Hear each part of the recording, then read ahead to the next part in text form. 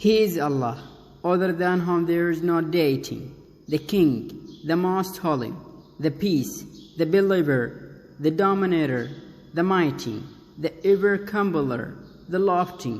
Glory be to Allah, beyond what they associate.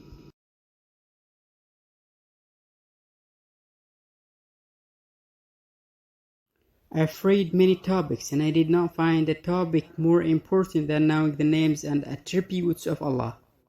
I worked as far as I could to identify these names, and I heard several lectures by Sheikh Muhammad Ratib al-Nablisi, who mastered and elaborated the interpretation of the most beautiful names of Allah. So I decided to translate this interpretation into English so that the benefit would be for all.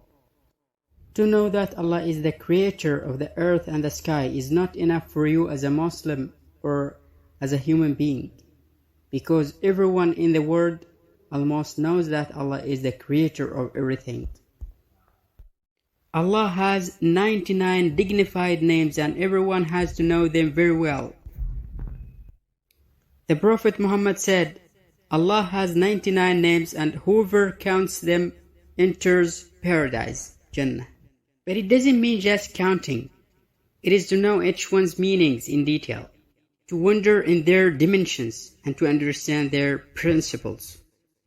The Prophet Muhammad also said, adopt Allah's etiquette and act following His morals. So you have to be like Allah in your behavior and in dealing with people. Allah is merciful, and He loves those who are merciful. And He is generous, and loves those who are generous. And He is forgiving and affectionate, and He loves those who are like Him. Glory be to Him. The sincere in love for Allah is the one who heeds His commands, avoids His prohibitions, adopts His etiquette, acts following His morals, and knows that He says not except the truth and sincerity. Inshallah, we'll explain each one of Allah's dignified names and how to adopt their morals and etiquette. Our first lesson is going to be about the name of Allah, the King, Al-Malik. First of all, we have to know that all of Allah's names are beautiful and they are dignified. In this lesson, we'll know these names' definitions, meanings, our relationship to it, and the effects of it on our behavior. This dignified name is mentioned in the Holy Quran in several verses. Allah said in Surah Al-Hashr, He is Allah, other than whom there is no deity, the King, the pure, the source of peace and safety, the believer and grantor of security, the dominant, the honorable, the cumbler, the superior. Glory be to Allah, beyond what they associate. So Allah is the King of the world. One of the derivatives of this name is the honor. Allah said in Surah Al-Fatiha, All praise be to Allah, Lord of the worlds, the entirely merciful, the specially merciful, the honor of the day of judgment. So He is the honor of the day of judgment. Also He said, Say, O Allah, honor of sovereignty, you give sovereignty to whom you will, and you take sovereignty away from whom you will. So He is the King and the honor of sovereignty, and in His hand is everything. Because Allah is the honor of sovereignty, He has got complete freedom and highest power to govern and do whatever He wants. So this name is one of the self-names because He's got the ability to do anything. And it is one of the deed names because He is the doer of everything. There is a hadith Qudsi was said by Allah, I am the King and the honor of kings. The king's hearts are in my hand. If the servants obey me, I'll fill up their king's hearts with clemency and mercy. And if they disobey me, I'll fill up their king's hearts with indignation and curse. So don't preoccupy yourselves with installing kings. Rather, pray for them, Peter. So assure God they'll be God. So Allah is the King. He is the King of kings, sovereignty, earth, universe, and everything in the universe. Sometimes a person owns a thing, but he can't benefit from it. And sometimes he can benefit from a thing, though he doesn't own it. And sometimes he owns a thing and can benefit from it, but it belongs to Allah. For example, when a person owns a house and lives in it, but the real owner of it is Allah. So Allah is the owner of everything. One day, an Arabic believer in Allah was asked about his cattle. Whose are these? And he replied, they are to Allah in my hand. This is a real believer in Allah. A sincere believer sees everything as the property of Allah. He sees his house, car, shop, position, certificates, and experiences as Allah's property, because Allah is the owner of everything. If a professional doctor gets sick, who can treat him? If he gets a heart attack or stroke, he'll lose everything. So Allah is the owner of his signs, brain, heart, and all his organs. Allah is the owner of our organs, our eyes, ears, noses, tongues, stomachs, lungs, hearts, brains, and so on. And our organs work according to his order. Glory be to Allah. One of the necessities of faith is to see everything in your position belongs to Allah, and that He allows you to act on them, and whenever He wants to take them, He will. If we say that a person is a king, do we mean that he is a real king or a figurative king? Scholars see that only Allah can truly possess things. But people can only figuratively possess things, because the real king can dispense with everything that exists, but the figurative king can't. For example, can any king in the world dispense with everything that exists? Can he stay without food or water? Can he dispense with the air and the sleep? Unfortunately, he can't. But Allah can dispense with everything in the world that exists, because He is the real king of the world. So, anyone who needs anything that exists is not a real king, but a figurative king. The earthly king, no matter how great he is, needs food, drink, housing, air, and so on. But the real king is a king in himself and in his attributes, dispensing with all that exists and is needed by all that exists. This is an accurate description of the real king, and this is Allah, because He dispenses with all that exists and is needed by all creatures. So you have to know your worth. May Allah have mercy on the one who knows his worth. Another meaning of this dignified name, the King, is that He gives the sovereignty to whom He will. He makes some people be king over specific places. As He said in the Holy Quran, say, O Allah, owner of sovereignty, you give sovereignty to whom you will, and you take sovereignty away from whom you will. The king gives the sovereignty to whom he will, and takes it away from anyone in just a moment. If Allah gives, He amazes the servant with giving, and if He brings the servant into account, He inspects everything. Another significant meaning is that the real king is the one who owns his passion, feelings, emotions, and desires, and is not owned by his desires. He is released of his captivity of passion. He is not controlled by his passions and desires. Allah Almighty said in the tongue of the Prophet Joseph, peace be upon him, My Lord, you have given me something of sovereignty, and you taught me the interpretation of dreams. This is an accurate verse. Joseph, peace be upon him, said that Allah gave him sovereignty. So what kind of sovereignty?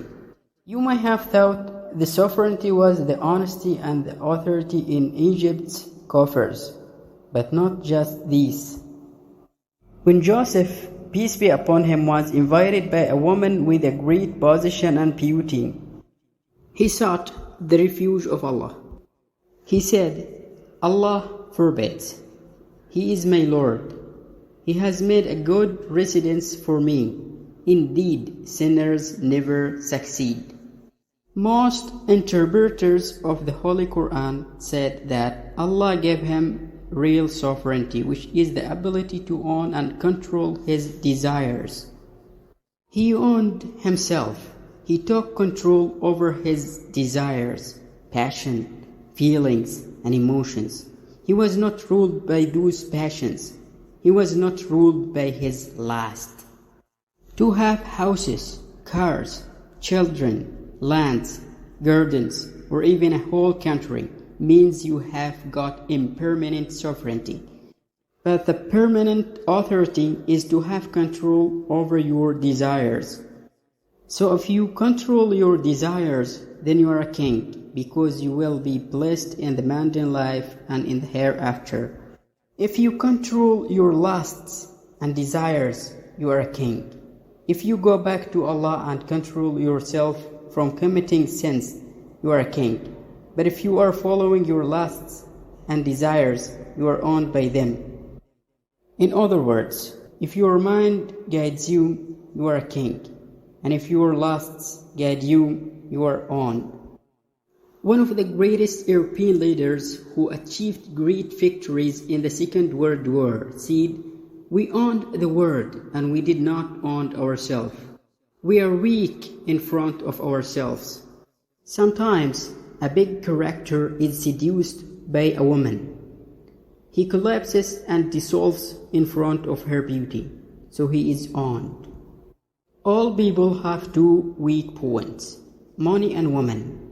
Those who destroy a man, a person may have got science, skills, abilities, experience, and a good position in his country, but those two things may own him. So real sovereignty is to own yourself, not to be owned by yourself. Another meaning of this beautiful and dignified name is that the king is the one who possesses the worshippers' hearts, and he worries them. In fact, when a man knows Allah, he falls into the vortex of love with Allah. He becomes dominated and preoccupied with his love for Allah. And he also becomes a great man with this love, since he was petty without it. This servant worries and keeps wondering whether Allah will be satisfied with him or not. He keeps wondering whether Allah is satisfied with him or not. Are his deeds according to what Allah wants? Does Allah loves him? He keeps like that until he meets Allah. So we're servants. We're not kings. All of us are servants to Allah Almighty. If the sky doesn't rain, who can make it rain? If all nations, governments, and leaders come together, they can't make the sky rain. But Allah Almighty can make it rain whenever He wants and wherever He wants. Allah said in Surah Tabarak, "Say, have you considered if your water was to become sunken into the earth, then who could bring you flowing water?" So we're poor and Allah is rich. We're weak and Allah is strong, more than what we imagine. The real king is the one who ruled astronomy with his wisdom. Glory be to him. The real king is not changed by opponents or quarrels. There are no detractors, critics, or opponents of the mighty king. Glory be to him, for he is alone in his estimation and management. There are verses in the Holy Quran that contain 5 items for ownership. They incarnate the ownership to Allah. I've already mentioned one verse, but they are very important to understand. Allah said in Surah Al-Imran, "Say, O Allah, owner of sovereignty, you give sovereignty to whom you will, and you take sovereignty away from whom you will." This is the first item. Because Allah is the king, He gives and takes away sovereignty from He will. Scholars interpreted sovereignty as the ownership of the hereafter, or the ownership of this world. If you are straightforward, honest, having pure intent, and loyal believer in Allah, and have good deeds, then you are a king here and in the hereafter. The day when there will not benefit anyone, wealth or children, but only the one who comes to Allah with a sound heart. By the way, Allah gives earthly ownership or sovereignty to whom He loves and to whom He hates. He gave it to Pharaoh, though he hated him, and He gave it to the Prophet Solomon, and he loved him. But He gives the ownership of the hereafter only to whom He loves. So the meaning of earthly ownership is that Allah gives you everything in this life. Who did give you this body, house, car, wife, children, health, and so on? It's Allah who gave you, and whenever He wants to take them away from you, He will. But why does Allah give that person a lot of properties and that person a little? It's just to test you and to know who is the best one indeed. Allah tests the servants by the richness and poverty, health and disease, and strength and weakness, to know who is the best one of them. The second item, in the same verse, Allah said, "You honor whom you will, and you humiliate whom you will. In your hand is all godness. You are capable of all things." Here is an accurate thing. If Allah honors you, He will subject your enemies to you. And if He wants to humiliate you, He will make even the closest people to humiliate you. One of the requirements that Allah is the King is that He is the one who honors and humiliates anyone by His own way. In your hand is all godness. Is it okay to take away the sovereignty from a man or to humiliate him? Yes, sometimes it's good because in His hand is all godness. From our point of view, it's bad. But from Allah's point of view, and it's the best one, sometimes it's good to take away the sovereignty or to humiliate a person just to make this person go back to Him. In the second verse, Allah mentioned the third item that incarnates the absolute ownership to Him. It's to manage the universe accurately. Allah said, "You cause the night to enter the day, and you cause the day to enter the night." To whom does the management of this universe belong? Who is the manager of the universe? Who does move the earth around the sun and around itself? It's the King, Allah, who moves it to cause the day and night. Is there a power in the whole world that can make the earth on its track if it goes out? If it goes out, it's over, and what's in it is over. It will be attracted by other planets and will be choked by them. The earth and those in it will perish. So, who is the King? Allah said in Surah Fatir, "Indeed, Allah holds the heavens and the earth, lest they cease. And if they should cease, no one could hold them in place after Him. Indeed, He is forbearing and forgiving." So, can a small insect put a tree on its track if it goes out? Who did make the earth move 30 kilometers per second? Who did make it rotate in an hour 1,600 kilometers? Who did make it in this size and form? Who did make the distance between it and the sun in this way? It's Allah. Glory be to Him. So He is the absolute King of the world and the universe. In the same second verse, the fourth item, Allah said, "You bring the living out of the dead, and you bring the dead out of the living." Look at the phenomenon of the plant, and how it generates and proliferates everywhere. The human being is like that. The proliferation of human beings is like the plants. What about the animals? They are also proliferating everywhere and every time. From a small seed, Allah creates a big tree, and from a tiny sperm that can't be seen with the naked eye, Allah creates a human being with a full mind and power. And when we die and become dust, Allah will revive and resurrect us because He is capable of everything. You have to believe in this. The one who created us out of nothing will revive us after our death. The last item in these two verses that incarnates and attributes ownership to the King Allah is that the King provides everything to human beings, animals, plants, and so on. As He said, "And you give provision to whom you will, without account, limit, or measure."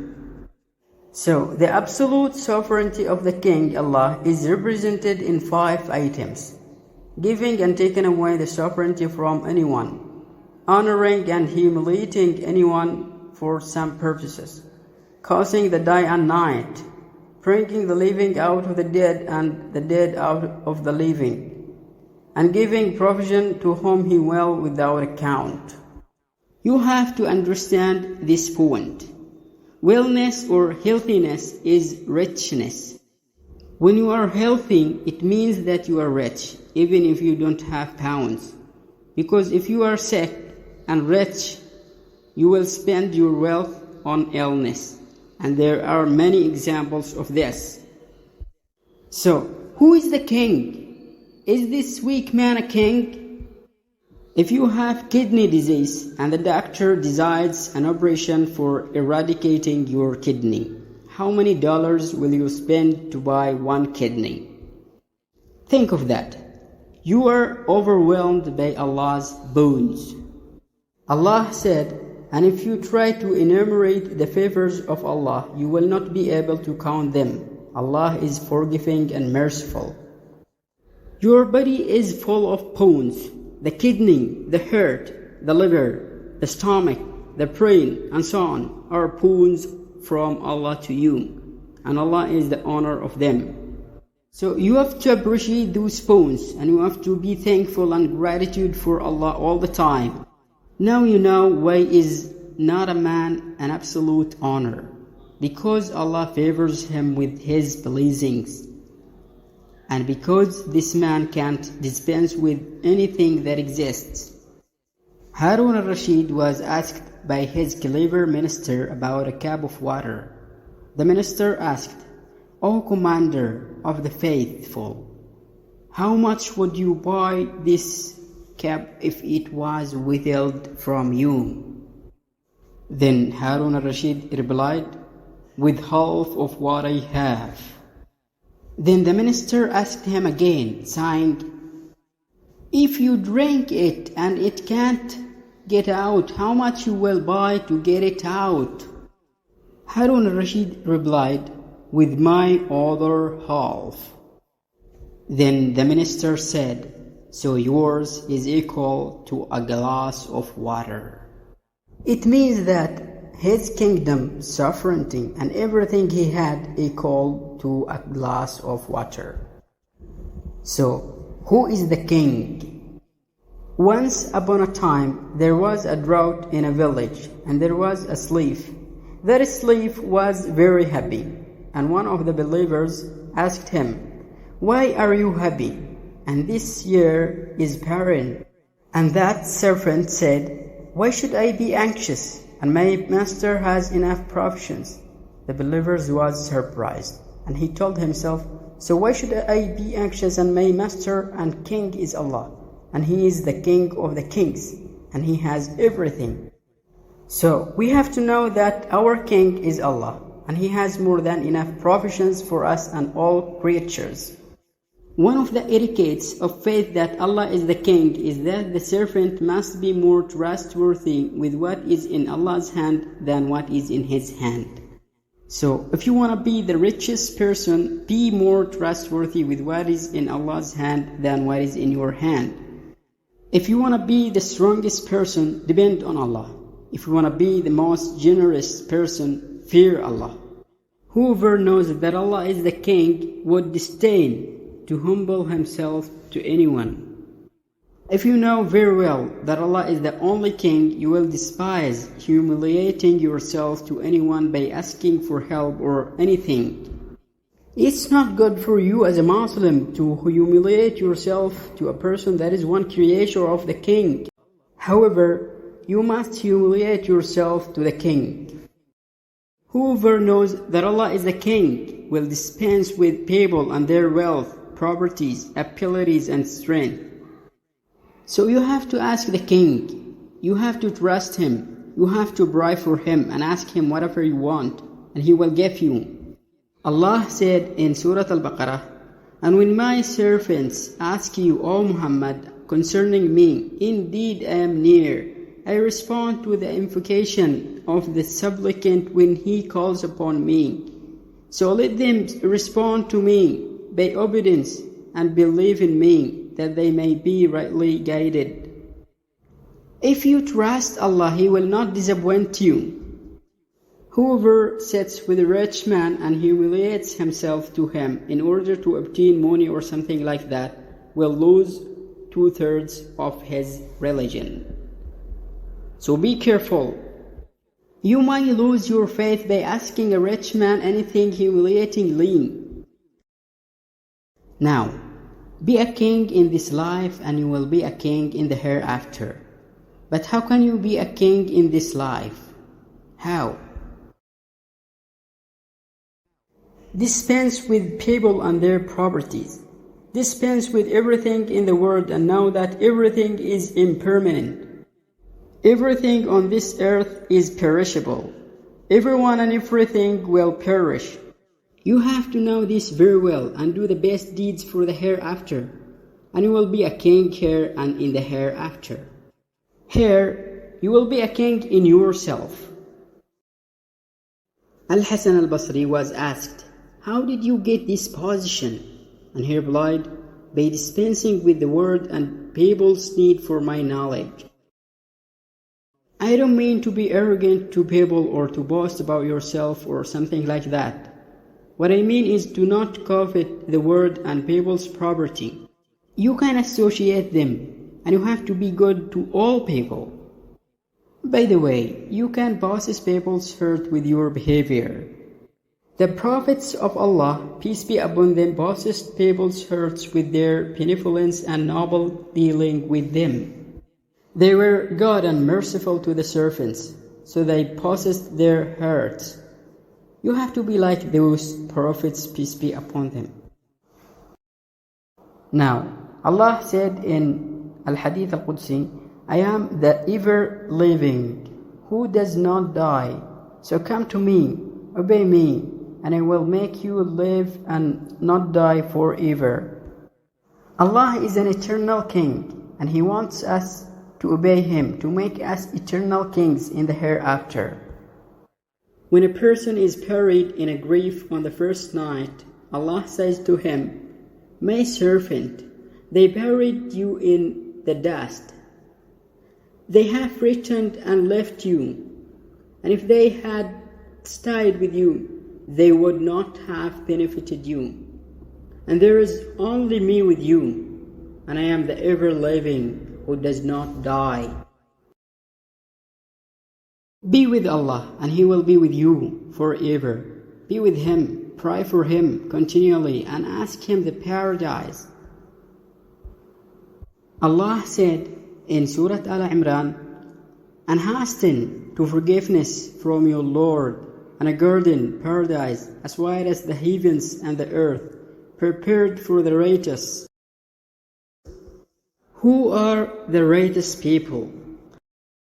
Allah described them in the following verse, saying, "Who spend in the cause of Allah during the ease and hardship, and who restrain anger, and who pardon the people. And Allah loves the doers of God, the philanthropists." So be like those people, and Allah will grant you a paradise as wide as the heavens and the earth. Finally, to be a king dispense with everything in the world. And now that everything is impermanent, see everything in your possession belongs to Allah, not to you. Know yourself very well and how many things you lack and need. And the very important thing is to control your lusts and desires, and you will be a king in yourself here and in the hereafter.